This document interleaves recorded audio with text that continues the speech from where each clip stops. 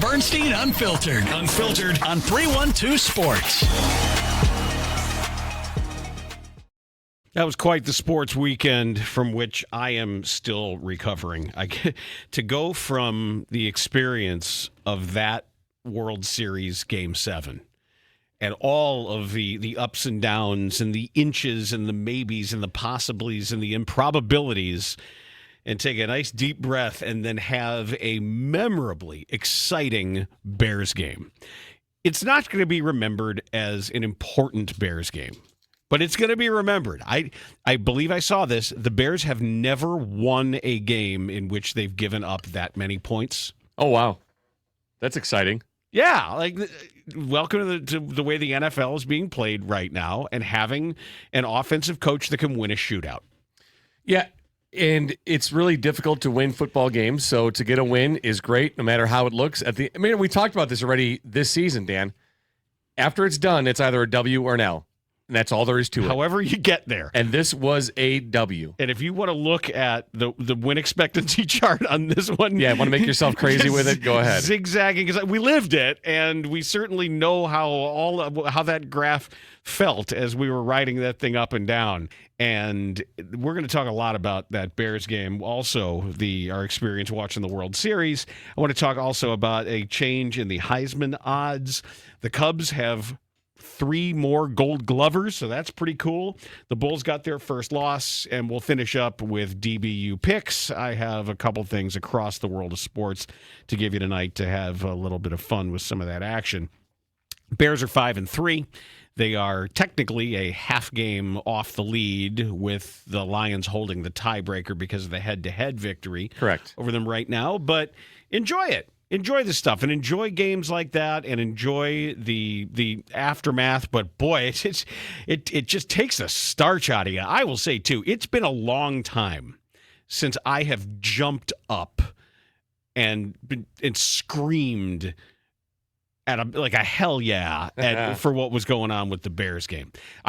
You know what it reminded me of? The Brian Greasy Muhsin Muhammad touchdown at Philly.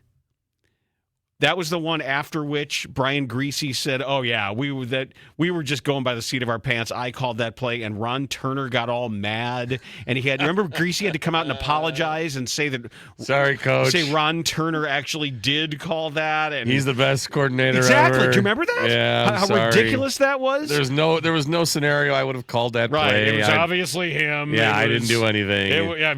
Credit I barely threw the ball. Yeah, you remember how pissed he was? It was just some stupid Bears crap that was going on. But to jump up and be like, when you realize that Loveland wasn't down, and apparently he realized it too, that Loveland's like, "Oh, I'm still up." Yep. And then he's aware of the clock, thinking if he keeps going and lands at the 2, they lose because they don't have time to clock it at that point. Yeah, we'll have full audio on forward progress today as we get deeper into the game itself. But I was really proud that I was sitting on the edge of the couch, closest to the TV, with my notepad on the table there, and I had my drinks, and I'm watching the game, and I didn't yell, I didn't scream, I didn't get mad. If I reacted, I put my face into my hands, I shook my head. I went back and I'm like, all right, the Bengals are going to give it up again. Like, don't worry about it. They're going to, and it was, and I'll be honest with you, it was fun to watch Joe Flacco. It was fun to watch him throw the ball, because watching him throw the ball to Jamar Chase and T. Higgins, really T. Higgins was a man yesterday. That was just fun to watch. It's fun to watch a guy get the ball and know exactly where he's going to go, and to be able to make his first, second, and third reads almost instantaneously and then check it down. Yeah, it's nice to also. It's really fun to see that. It's not fun to see the lack of an opposing pass rush. Let me counter that opinion. I understand. In a vacuum, you're absolutely right. But when the Bears pass rush is getting stood up and stonewalled at every turn, with rare exception, other than Montez Sweat and Austin Booker, when there's just a couple spasms. Don't forget CJ GJ. That's true. I mean, just spasms of competence in there. It was immensely frustrating for me to watch how much time your guy Frankenstein's monster had. He had a lot of time, but again, he's quick though. We're getting the ball out because he knows where to go. And this is a guy who's been with this offense now a few weeks, but he knows where to go. Again, it doesn't hurt to have those guys when you have 1 in 5 that you're throwing to. Right. That doesn't hurt. That makes it pretty easy for you. But he still can throw a good ball, makes really good decisions. He knows any kind of pressure. I mean, he's throwing the ball. He's like, no, don't hit me. Don't hit me. I'm not going to get tackled. Don't worry. I'll go down. Just right. Just That's what I'm telling you. When C.J. Gardner-Johnson sacked him, he's trying to tug him down from his waist, and I'm down. I'm good. You got me. The gentleman's sack at that point. Well, that's like dad in the backyard. All right. I'm good. Okay. You got me, kids. Do your sack dance. You're not bringing me down to the ground. Dad's good. Yeah, in the grasp, as they used to say. You got me. But it was fun to watch. For me, Dan, it'll be a game that I do remember this season, only because it's the Ben Johnson factor season, his first year with Caleb. And it was a game for Kyle Monangai to remember for the rest of his life. Gets his start, carries the load for the carries. And it was a guy that we've been critical of. The whole running back room for the start of the season. It was bad. It was bad, and they've got it together. And when Ben Johnson said it's going to take some time for the O line to gel, it's going to take time for these guys to get to understand what we want them to execute. And it was really fun. I felt really good and felt really happy for Kyle Monangai, a 7th round pick from Rutgers, to have an impact on this game. And I felt terrible he didn't score a touchdown, though. But I think I mentioned this too yesterday, and I apologize if I don't remember some of what I said yesterday. There was a lot of heavy breathing. I was in a bit of a fog. I was struggling a little bit, and then I realized the open to our postgame show, if you did not watch it, was Dan doing this. I'm serious. And I'm like, all right, talk. Yeah, but right. I needed to collect myself. You needed the oxygen. And then you know what I realized as part of this whole sports roller coaster, I forgot to eat.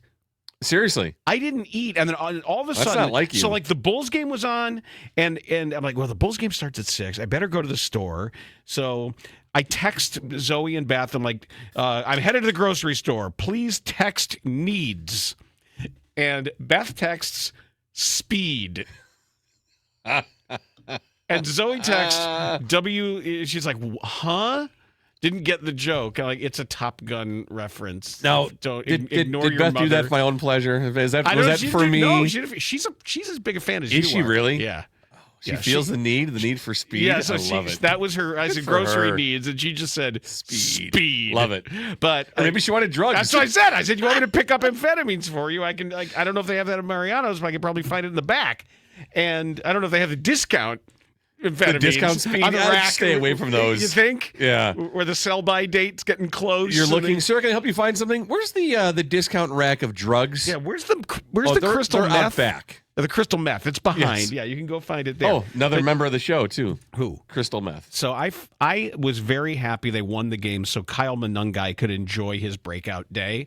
Otherwise, he would always have that football. Yeah. But he would remember it as a loss. And it would have been a footnote, like you said yesterday, which, yeah, I didn't want that for him, but I really wanted him to score. And I hope it's not like other Bears breakout rushing games.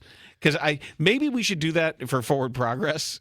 And look at obscure, like I always go back to the Brock Forsey game, 100 and some yards against the then Phoenix Cardinals, I think it was. But that was the you can't fire Dick Duran, Brian Baldinger game because Brock Forsey went crazy.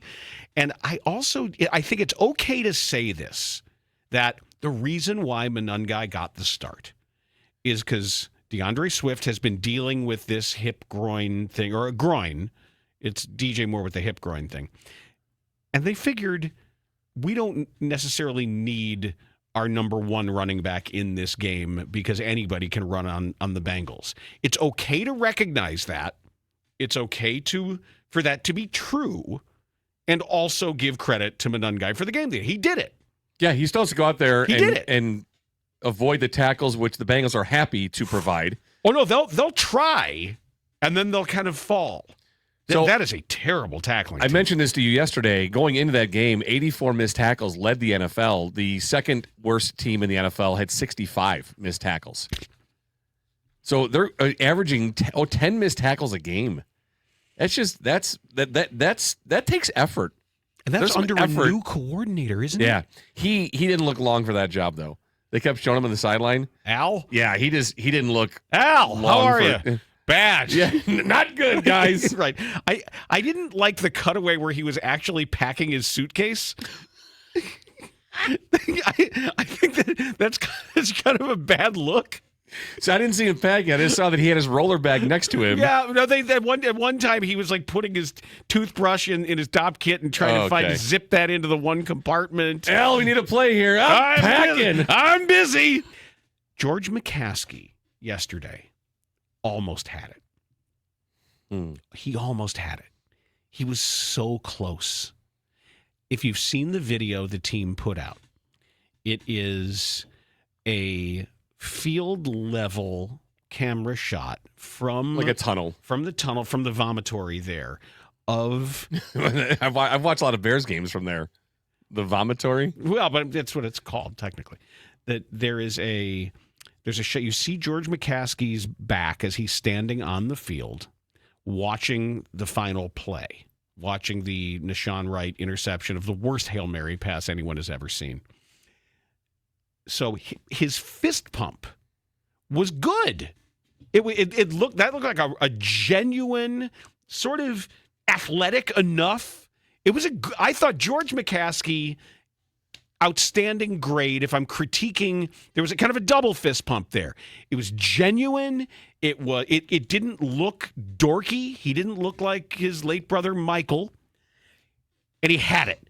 So cut the video there. He walks off. There's like a Jordan-esque high five, which is not a compliment because Jordan is the worst high fiver of all time. He gives like this weird sort of. He'd rather punch you in the face. Exactly. Yeah. Kick you in the nards. Yeah. Yar. So then George breaks into a quote unquote run. That ruined it. You had it, George. Or editor. Leave well enough alone. Yeah, just go with the fist pump, and after he gives like a, yeah, woo! And then he gives the high five and fade to black right there.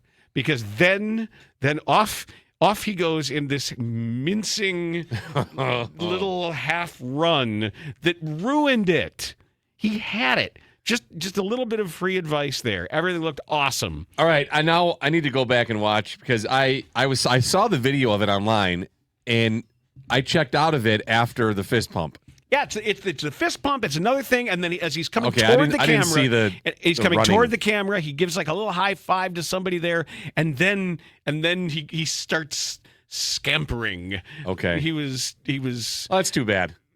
All he needed was a basket of flower petals. So if you're looking at his credibility meter. Right. Had it, like lost just it. No, had it. I mean, nothing is worse than the Michael McCaskey attempt at the fist pump and the barking. Oh, woof, yeah. Woof, woof. That was very uncomfortable. Yeah. You don't want to be that ever. And you don't want to be Patrick McCaskey singing to the, anyone. Or twirling in the alpine forest or whatever he's doing, like Julie Andrews. So I would say keep that fist pump, edit out the running. Just advice. That's all. The Bears special teams yesterday bad, almost cost the game. What was your feeling? Opening kickoff goes back 98 yards for a touchdown, and the Bears are immediately down to the Bengals 7-0. I first thought, got to be a flag. There's always a flag. I'm like, oh, no flags? Thought there'd be a flag. Okay. All right. I guess that's real. I guess that happened. What did you think then? I thought shootout. Okay, you did. Okay. Yeah. I didn't think it was I didn't have my usual existential dread at that point. Okay. Because I was laughing. I thought it was just kind of funny. Like, okay. All right. Okay. I guess we got one of these. I clinched a little tighter because I thought right there that the Bears have to score now. Like, you have to score a touchdown. You can't do a field goal. You can't leave, you can't do a 3-and-out to start the game and then be down 7-0 and give and they did. Frankenstein's monster the ball. And they did. Yeah, they did. So that's where I got really tense right away. I'm like, this is not the way I did. Maybe I want to start. Maybe I wasn't quite, because I woke up at 6 a.m. and then I kind of got on my phone and I was up for an hour. And then I fell asleep again. Oh, see, I slept late yesterday. And then time change, and you rarely do. So I rarely then, do. So yeah. then I realized, it's time change. I'm okay, and I got anxious because yesterday was my first day with that new microphone. Oh, yeah. And I was going to test it on Saturday, but then I went fishing, and I'm like, oh shit, I didn't test the mic, and then I got kind of nervous about the mic. Then so I got up at 10:30. I'm like, oh my god, okay, I've got to test the mic. I've got to work out. I want to get the workout out of the way. So I texted you. I'm like, we got to make sure we test the mic. And I was all worried because Marcus. Mic test. Yeah, Marcus did all these things in the computer, and I was freaking out about that. But everything was okay. By the time the game started, I was still a little famished. So I got my computer set up and everything together, and I was all right. Yeah, but the Bears special teams, and it was funny that we had highlighted Coach Hightower from his Thursday press conference on Friday show about the circus that can be the special teams and about the hurricane play. And to come on out and to add another layer of just bad special teams play in this season. 192 yards. Nothing was good on punt kicks. Except the one punt by Torrey Taylor. The 69. Well, I saw 71, and then I saw it was 69. Yeah. Nice. No, he had. He had one amazing punt. The field flipper. Yeah. Oh, that was a good one. Yeah, and I said, and it was on kick return yards, 192 yards, just not good, not good. And then the Bears have a hard time just getting any yardage. It seems like every game I watch, guys are returning the ball 25, 30 some yards. I know the Bears are averaging somewhere around 20 or so, or just in the low 20s. But it doesn't look blocked as well. It looks like it's more, I made a guy miss, this guy didn't do his assignment, and not really blocking. And as much as dumb stuff Adam Archuleta said yesterday, he made a comment on that opening kickoff where it was a master class in blocking, and it really, really was. And I don't know if you knew this about the game yesterday, but did you know going into that game that Joe Flacco had a sprained AC joint? I'm not sure if you knew that or not. Did you know that? I need to. Because I didn't know that. But when Adam Archuleta told me that the 45th time in the game, I was like, oh, Joe Flacco has an AC joint sprain. Okay. He's not 100%. All right. I didn't know. I didn't know that at all, except that was being mentioned over and over, as well as Adam Archuleta wanted Caleb to run every single play. I would like to know what the reckoning is regarding the special teams and if there is an acknowledgement of that being unsatisfactory. That's how special teams coaches get fired. It's not always in the immediate aftermath, but that's how you build a case to not work somewhere anymore. I mean, we've had blocked field goals, we've had missed field goals, we've had lots of yards given up on returns, penalties, and I think the onside kick. Oh, that onside kick thing. Come on, man. Unbelievable. Come on, man. Like, you know first of all, the ball, it's got to go 10 yards. And unless it hits your foot. What are you wrestling with someone for 8.5 yards deep? What are you doing? Like, that ball cannot hit your foot. Like, it's just there are plays you can make mistakes. That is not one of them. The ball needs to travel 10. If it hits you before 10, we need to cover it. You can't let it bounce off your foot while you're dancing with a dude. The significance of that is only the outcome of the game. Right. You win the game if you don't do that. I can't. If you'd have told me the scenario of that game and how it played out, I would have been like, "There's no way they're not going to give up an onside kick and then give up 15 points in 49 seconds to give up the lead. There's no way." Like, you have a 2-touchdown lead late in the game, especially after the called back interception returns.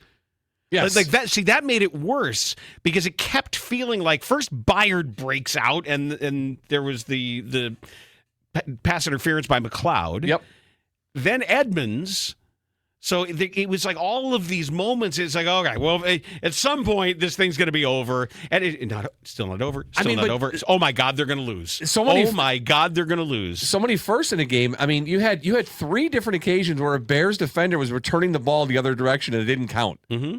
Andrew Billings, Byard, and Edmonds. You had 4 guys attempt a pass. 3 completed a pass in one game. We'll talk a lot about that. They gave up 15 points in 49 seconds. They lost an onside kick. And let me just, this is also, I don't think I am ever against a trick play. I don't care when or where. Okay. And maybe I'm going to exonerate Pat Manley for the Garrett Wolf bad fake that he called. But anytime, anywhere. Oh, yeah. Anytime, anywhere, more. You'd be nice to Pat Manley. Oh, I love Patrick. Trick plays are always fun. Yeah. I'm especially like the stakes, and for a coach to just be like, look at his card and be like, fuck it, hot potato. Yeah. I love that. That's great. He's doing that in an actual NFL game. He's not playing in television. There's actual people that have to do what he has in his mind. They practice it. He's like, let's do the thing where you flip it to the guy and he throws it to the guy. Yeah. More. So they've been practicing hot potato for a couple of weeks now. And I'm telling you, I mean, Ben Johnson's being prepared, knowing that, and he even says it in his press conference about having younger players on the outside edges for the Bengals, get those younger guys, get their eyes on something to be distracted and not follow the quarterback out, because there's no one covering the quarterback in man coverage. You get the right coverage, he sees it, he knows it, you make a good pass. You have 4 guys who attempt passes in one game. Raise your hand if without injuries. Raise your hand. 4 guys without injuries are attempting passes. Great. Raise your hand if you sang the Wiggles version of Hot Potato when you knew the name of the play. Did not. Hot potato, nothing? No, I did not. I'm so far removed from it, and still cold spaghetti, nothing? No, not really big on Wiggles. Mashed banana. Yeah, no. Mashed banana, I know, worldwide phenomenon. Potato. No? Nah.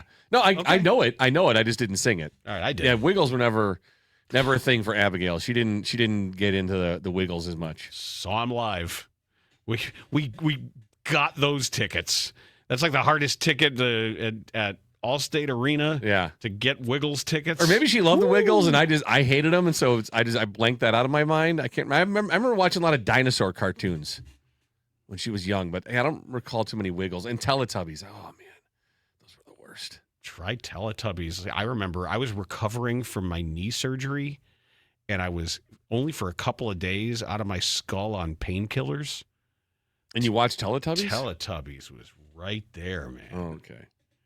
Well, that sounds about the only way it would sunrise, work. sunset. Yeah, when you are absolutely stoned to the bejesus belt on opiates, Teletubbies make sense.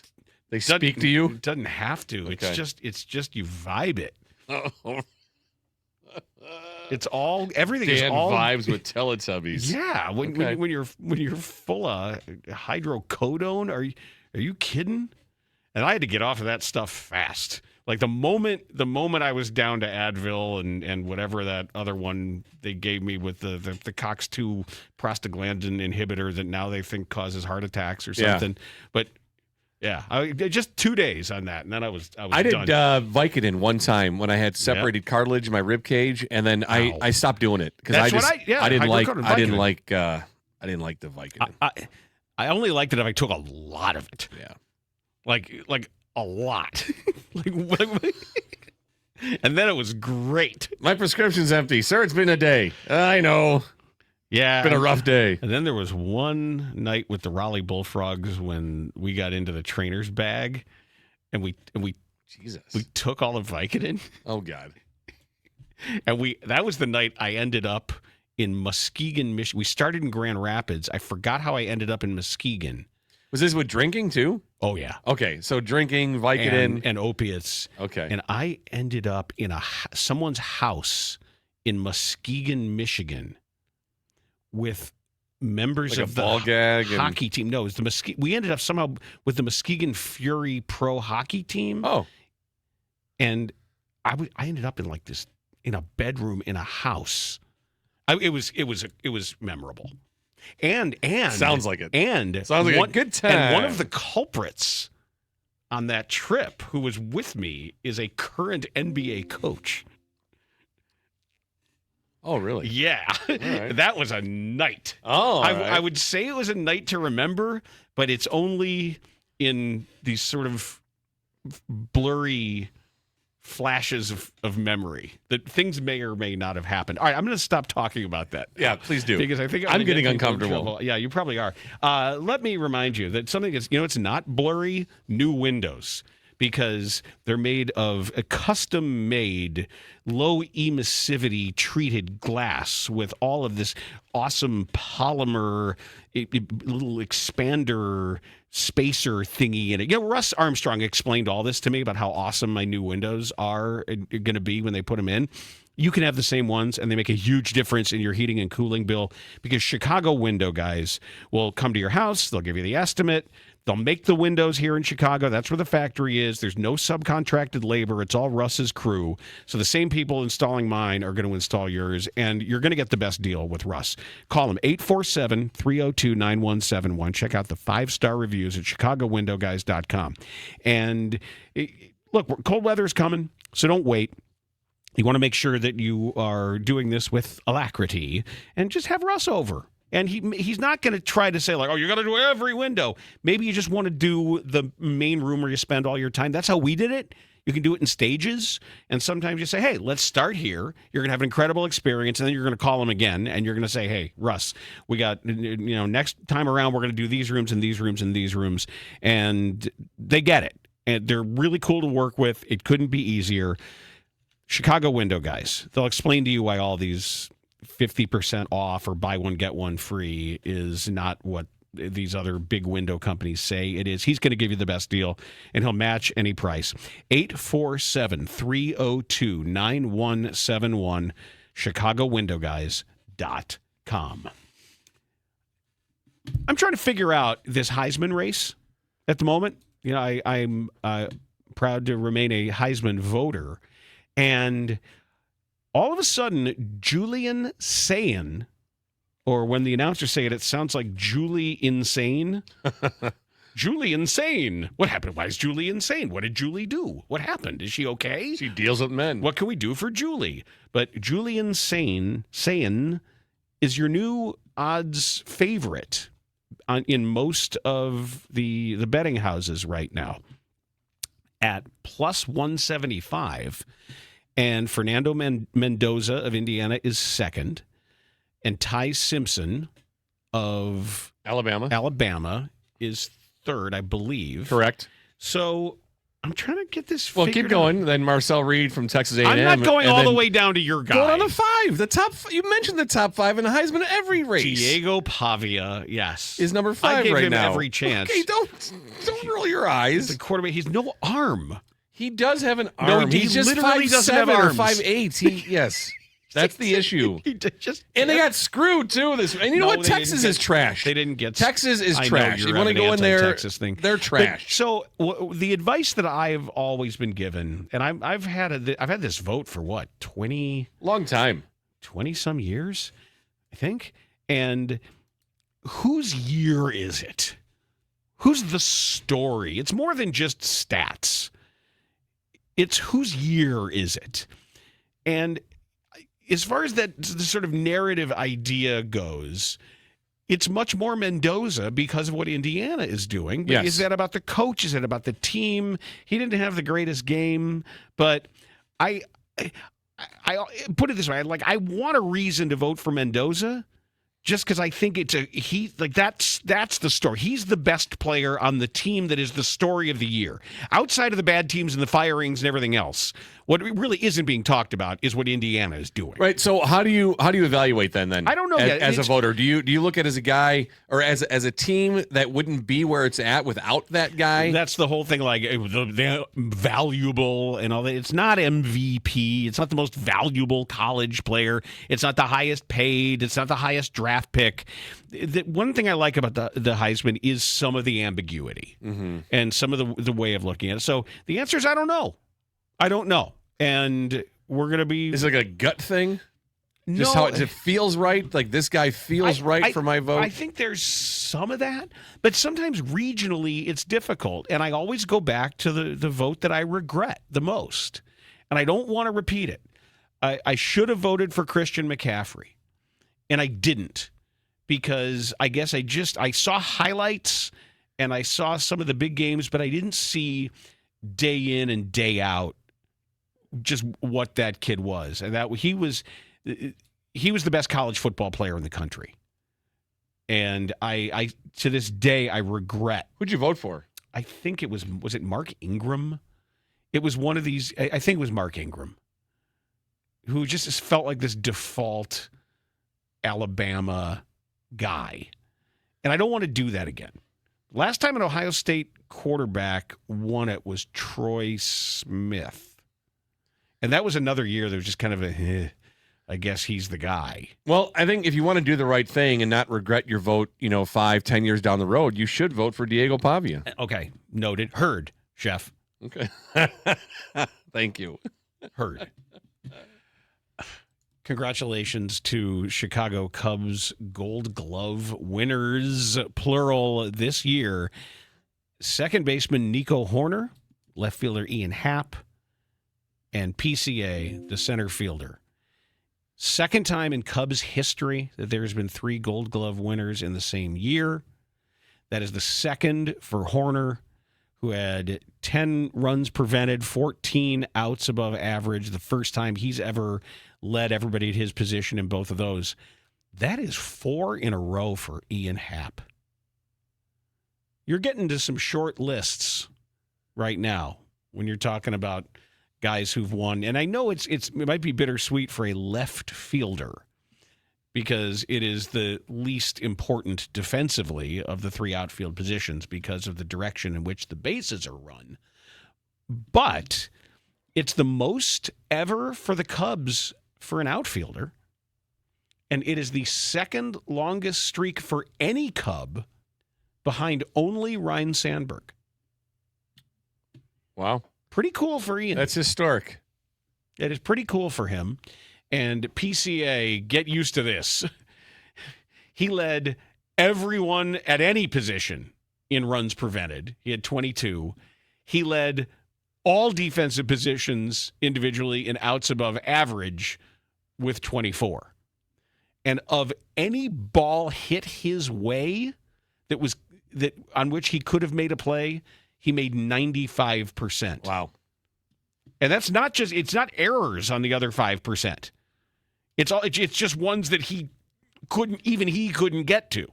So that's pretty incredible. That's pretty spectacular. And you can go into the individual catch probabilities and some of that stuff. But this is exactly what Jed Hoyer wanted to be, is that they wanted to be a defensive team because they assembled a pitching staff that didn't miss enough bats. There were going to be a lot of balls in play. You have to convert as many of them as you can into outs. I'm not sure that it's a model that I would replicate, but they've chosen this path, and that is a validation to have 3 Gold Glove winners out there. Now, can you push this further? Can you do more than win 1 playoff series? We'll see. Well, it depends who you ask about pitching and balls in play, because some guys would prefer to have balls in play and to not have bats, missing the balls. So, he would really want good defensive players because he wants the balls in play. Are we going to talk about this now? We want what? What are you getting at? I was making a general comment. I know. Are we going to do this now? We going to talk World Series? I would love to. Okay. That was I'm going to miss baseball. For the first time in a long time, I'm really going to miss baseball. I agree with you. This has been one of the most fun playoff runs of anything that I've watched. And I thoroughly enjoyed watching this World Series so much more than I thought I would. It was a fun Cubs season all the way through. And I'm going to feel it this year. It's been a long time since I've had to go in, and maybe because for me, it's also timing up with fishing. I'm losing 2 things at the same time that I'm going to have to sublimate. I'm going to have to find a new hobby for a little while. I'm going to have to find some sort of other distraction or something else to do.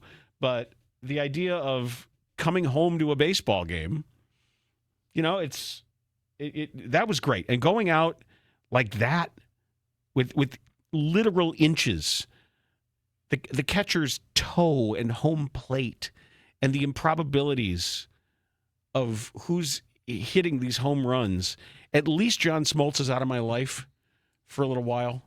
I'm very happy about that. Yeah, I know his his commentary did a lot to you, and I really focused on him in Game 6 and Game 7, and I wish I hadn't. I'm sorry. But it didn't get me the way it got you. But I have one question that I ask of Fox. How can that be your number one team? Like you're at the pinnacle of the sport, the pinnacle of the broadcasting. It's the World Series. I couldn't believe he and that's said, your number one team. I don't understand it. I couldn't believe, like, of everything he said about how you don't want to walk, and then the guy gives up a home run that apparently isn't as bad as a walk. Smoltz refuses to understand what a home run is and does. He hates home runs. He would much rather see bunting and sequencing and trying to tie together multiple events to score a run than have a ball hit over the fence. Because that's real baseball to him. He doesn't understand. And swinging softly is better than swinging hard. Well, I just think because anybody can hit a home run, but not many guys can manufacture runs. It is. It's harder, Dan. It's backwards. It's more baseball. It is nonsensical. It's pining for something that isn't true or real, that has been objectively disproven. And I don't understand why it's like, well, they're just solo home runs, but when you stack them together, yes, because each one is worth a run. Yep. A run. That's how a World Series Game 7 was won. And then he also doesn't like strikeouts, I don't think. He doesn't like power hitting or power pitching, and then saying this has to be an action ball. He was saying about a pitcher. This ball has to be put in play. No, you don't want it put in play. Never, ever, ever. A ball in play is something that happens while you are trying to strike somebody out. It's an unintended consequence. All you're trying to do all the time is miss every bat. Because hand to catcher's glove, swing and miss, that's the ideal outcome. Ideal. Yes. You never want contact, ever. If you get it and you happen to miss in an area that generates weak contact or contact on the ground instead of in the air, great. But all you want every single time is a strike.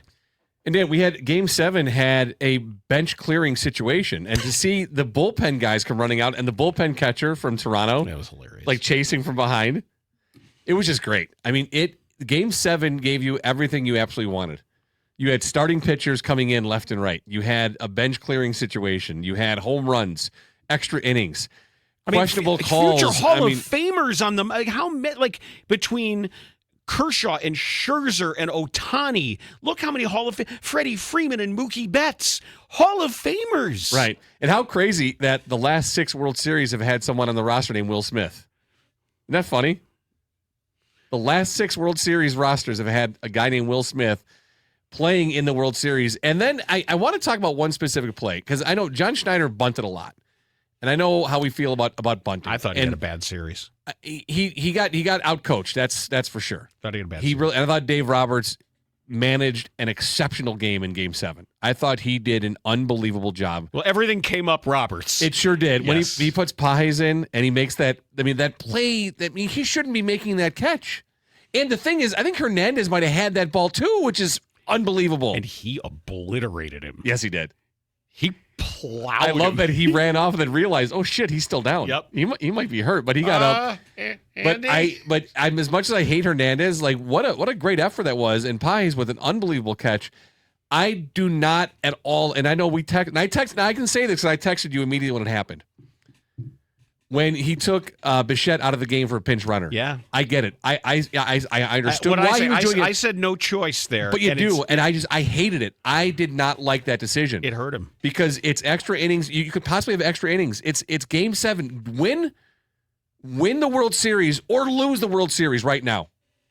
You don't want that guy's bat out of the lineup. A few nights earlier, you played 18 innings. You don't want that guy's bat out of the lineup.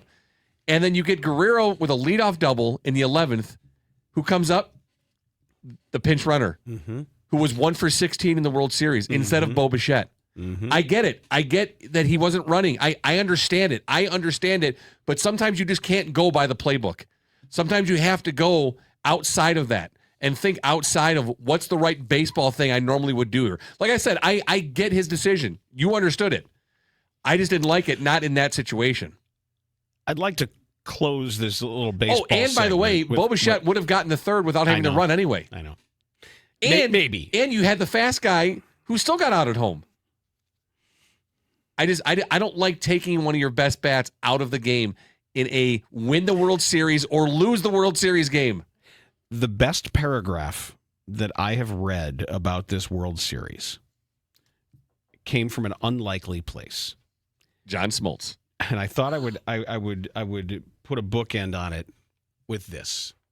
I absolutely love this. And this is I want to save this. Of all people, this came from the Irish Examiner. And this is Colin Sheridan writing in the Irish Examiner after Game 7.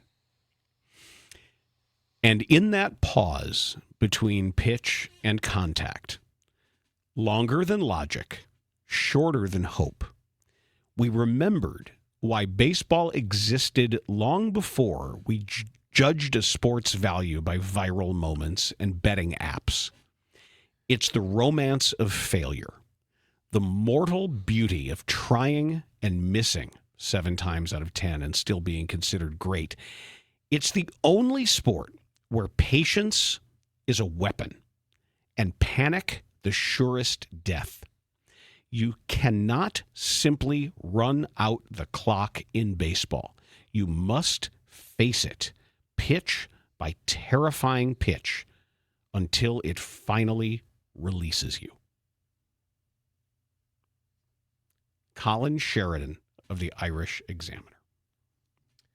You know, if there's one meal I usually skip, it is breakfast. Now, I know, Dan, I shouldn't do that, but I'm not usually hungry in the morning, and most days I don't have time to put something together. Well, now, this is exciting. I have a new breakfast routine, Dan, and it all starts with Huel and their ready-to-drink meals. That's H-U-E-L, Huel. Each container has 35 grams of protein, 27 vitamins and minerals, and 6 grams of fiber. It's such an easy way for me to start my day, and the best part, they taste amazing. Now, Huel Complete ready-to-drink meals are gluten-free, and there are no artificial sweeteners. They are available in strawberry banana, chocolate, iced coffee, and chocolate peanut butter. Now, I can't decide which one's my favorite. This morning I had strawberry banana, but I keep reaching for that chocolate peanut butter. It's so good. It's so good. I got them all right back there. All the flavors. Don't touch those. Those are mine. Those are mine. Got it. I love them. They're so good. Okay, dude. Sorry. I'm sorry. Was that too aggressive? I'm sorry. I like my Huel drinks. It wasn't aggressive. It was kind of immature. Oh, really? Mine. I don't mind. Oh, don't touch it. That's it's rich. Mine. That's rich. Like the great chocolatey flavor of the Huel ready-to-drink meal. Uh-huh. Huel also helps me with my midday pick-me-up with their blueberry, apple, and peach-flavored daily greens drink. I'm drinking one right now. What do I have right now? Right now, I have the peach and hibiscus. I love it. It's so good. Now, I was blown away by the taste. I was never a guy to go for a green drink. It was never like my thing. But I do love the Huel Daily Greens. They are full of vitamins, minerals, superfoods, electrolytes, and antioxidants. They're developed by registered nutritionists and dietitians with only 25 calories, 4 grams of fiber, and 1 gram of sugar. That's it. So here's some big news. Just this month, Huel has launched into Target stores nationwide. Now, Huel makes healthy eating simple. Try both products, the ready-to-drink meals and the daily greens, with 15% off your purchase for new customers with my exclusive code DBU. Go to Huel.com/DBU. That's HUEL.com/DBU for 15% off your order. Use the code DBU and fill out the post-checkout survey to help support the show. That's Huel.com/DBU. The Bulls are no longer undefeated. They fell to the New York Knicks 128-116 in the road back end of their back-to-back. And there's no shame in losing in Madison Square Garden to a team that very likely could win the entire East. And that looked like a different Knicks team with a little more rested legs. Then Friday night? A little more rested legs because, man, Karl Anthony Towns, also when they're calling the game the way they're calling it or lack thereof, when that big fella, that's a load, man. When he's shoving people around down there and moving people off their spots. And Brunson is getting back to being Brunson with his 31 points. We had a little regression to the mean on three-point defense. If you want to call it three-point defense, you want to call some of it just luck, that some NBA teams are going to have good shooting nights and bad shooting nights. The Bulls had a great shooting night, and they still lost because the Knicks were just bombing away. They had Brunson hit 4, Anunoby was 3 out of 7. Towns hit both of his. Bridges was 2 for 5. Jordan Clarkson 3 of 6. Landry Shamet hit all 3 of his. Josh Hart even hit one, and he can't throw it in the ocean. They just had outstanding shooting. Even a lot of them were contested. Hell, I saw Josh Giddey closing out in the corner with that long arm. He was making an effort. I don't think the Bulls lacked for effort. I thought they lacked for talent. And having to play Isaac Okoro for 21 minutes, I know he's sort of like the Keith Bogans of this team, but I don't need him taking 11 shots. That's too many. They missed Ayo Dosunmu tremendously. If you want to, if Ayo's agent wants to put some tape together and say, see how much he matters in slowing down an opposing lead guard, that's the tape to show him. I loved the job that Josh Giddey did, man. He 23 points, 12 rebounds, 12 assists, 2 steals. And he's learning how to foul hunt a little bit. He's at his best when he's at the free throw line. And he only got there a couple times. I'm not blaming officials for anything, but the Bulls just didn't shoot enough free throws in this game. It's hard to come back when you're not shooting free throws because it's a great way to score with the clock stopped. And I need Giddey. He did a better job of not getting in the air without an idea of what to do. Trey Jones did that once, by the way, where he jumped up in the air and then he didn't know what to do and then he landed. And that's a no good. I'm glad he landed. He landed. He didn't stay Still up not in up the air. there, Right? yeah. No, he landed, but he still had the ball and he didn't do anything with it. That's not good. We need to. I know you're looking for that, and everything's coming off of penetration in this 5-out set, which is great. There's a lot of that. Sometimes figuring out when to finish, when to draw that foul, and when to kick it out for a 3, it's going to be a balance in understanding. Do not kick it to Isaac Okoro for the 3. We always say know your personnel. Know your own personnel. Know that Isaac Okoro is open because the other team wants him open. They want him. That's a defensive win. And Isaac Okoro corner 3 means the defense has won that possession. Even if it goes in, that's the shot they want every time. So your rotation is going to bring it to him because they're not guarding him as closely. Yeah, now I don't know how far this Bulls team, the way it's made up, can go in this NBA season. And I've watched more Bulls on the TV this season than I have the last several years because of you. And that game Friday night, I'll be honest, I didn't check. I checked in a few times yesterday, but with football going on, I was more tuned in. But that game Friday night, Halloween night, that was a fun game. Yeah. And they really move the ball. They really space really well. Yes. And there's just a lot of constant hustle and movement. And it's not, and I know maybe it is this simple of not having guys that just are black holes when it comes to the ball. And it's more entertaining. It's more fun to watch. It's the frenetic the ball move pace. around, and even Vooch moving differently and being used differently. It seems like I don't know. I don't watch as much as you do. Yeah, he's going to tire out. It's enjoyable to watch. And that's not always the case when I've checked in on NBA games. It's just not, at least Bulls games, I should say. I'll watch some of the premier games, the holiday games, the big matchups. Those are fun with the fun superstars. But Bulls games lately, it didn't look like this, what it looks like now. You know what they're also very good at so far is wearing bright yellow shoes. The second pass, not necessarily the outlet after a rebound, but the one after the outlet. They've got a great sense of how much the ball advances. I'm sure there's a metric that can show the actual distance of it, but gaining an advantage, there's some hockey principles. And how that translates into points, too. There's some hockey breakout principles when you're looking at how when they're really getting it out of there and the transition from defense to offense and running the floor, staying in your lanes, putting defenders in conflict, just like in football, that second pass is really mattering, regardless of who's making it. And however they're drawing up, whatever their rules are, they seem to be in decent enough shape, because that's the other aspect of this. You can't play this brand of basketball unless you're in superior cardiovascular condition.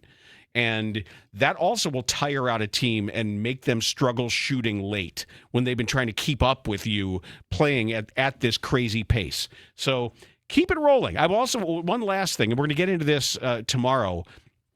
Looking forward to having a special guest on Organizations Win Championships, which, by the way, is doing great back out of the box. Thank you. Thanks to everybody, longtime fans, longtime listeners for being there. I know it popped up in your RSS feed again. If you're new to OWC, covering the Bulls, come hang out with us, because we're having an absolute blast. Modest Buzelis has got to learn some acting skill. I counted at least twice yesterday when Karl Anthony Towns flat just shoved him in the back underneath the basket. And that happens, and good veteran bigs know how to do that. And usually it's with your hand low and not high, and it's a short travel. It's usually a quick little push right above the ass, just shove them out of the way. Just learn how to evince that. Give me that big and fall down. 'Cause that'll get called, but you got to show it. Yeah. You don't have to be a tough guy in that situation. When the guy pushes you out of effective rebounding position and too far under the basket with that little nudge, fall down. One thing I will say about Friday night's game, and I maybe it's just me, but that floor hurts my eyes. Yeah, those it's tough. NBA Cup floors. Yeah, that gray floor, I don't like it. It's not enjoyable to look at. There's worse. It hurts my eyes. Yeah, I watched a lot of, I shouldn't say a lot. I watched several Indiana Fever games because of Caitlin Clark, and that floor is that's rough. It's really hard. Like, if it's not enjoyable to watch on the screen, and it bothers my eyes, like, don't do it. Just use a regular floor. Like, you don't need a special floor. The Vanderbilt Commodores, they play this weekend. They host Auburn Tigers, who also fired their coach. So another job opening. Bye, Hugh Freeze. Hugh Freeze, Back to let the go. brothel with Yee. I think they lost 10-3 or 13-3 against Kentucky over the weekend. So he got launched yesterday. See, Hugh Freeze isn't like me. Now that I don't have baseball or fishing, we know what Hugh's going to do. Hugh's got the escort services in his phone, right? Wasn't that his thing? I hope so. I hope so now. Yeah. I do. I got to look that up now, make sure I'm not getting sued. Yeah, pretty sure. There's a hiring freeze on Hugh. Yeah, former Ole Miss, 2017 made at least 12 calls dating back to 2014 on his university phone. So you had it right. To numbers linked to erotic services. You sure it's not exotic? Like looking for pets? It's erotic services. Dialed at least 12 numbers associated with online advertisements for female escorts. Sometimes they do massages, though, and stuff. And, like, they help you stretch. And maybe they just want to talk. Yeah. Maybe you just need somebody to listen. Yeah, I mean, there's other numbers to call if you need someone to talk to. I wouldn't do that. That's probably would be more expensive. There's probably free ones you can call if you need a friend to talk to. I don't know. Maybe Hugh has a particular set of skills. Certain set of fetishes. Right. I don't know. Maybe. But he's got to at least do something to do with his time. He should maybe take up fishing. Happy to show him. All right. Wow. But I'm glad you were right, though. I am too. Don't have to take that out. I'm more glad than you are. Saved you the edit. That will do it for Dan Bernstein Unfiltered. Dan Bernstein Unfiltered on 312 Sports.